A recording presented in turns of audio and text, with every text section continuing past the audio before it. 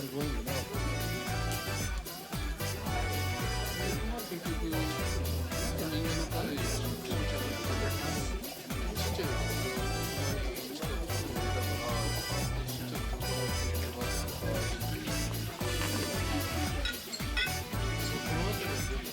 じゃあまあ若い人はそうかかったんですけど、小川さんがなんか何言ってたの、小川さんまでなんか呼ばれたとか。あれ僕なんていうの、ここで飲んでいたようなおっさんたちの話を聞きたいな。あれはあんまり取れない魚ね、美味しい魚をあれあの魚のお魚だったけど、瀬戸内の方でいう人が勤めてたから。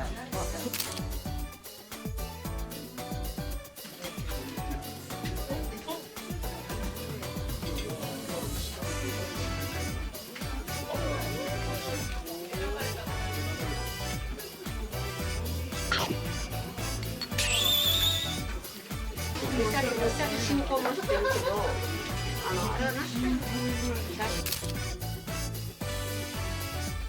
これね、半生。あとはあれ大和村のああ、あの人浜から行く。いや小野川さんじゃなくて役場です。なんか習って好きで。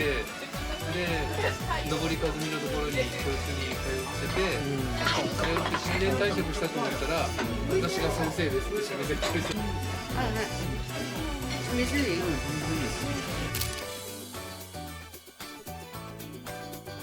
生活にもできない。ということらしいです。そうなんです。あ、そんなおじさんだったのに、そういうに見えなかったんです。そうそう、色っぽかったよね。僕はな。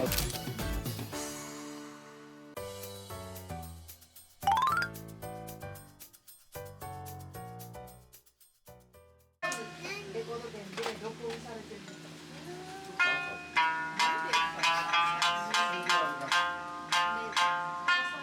子守ち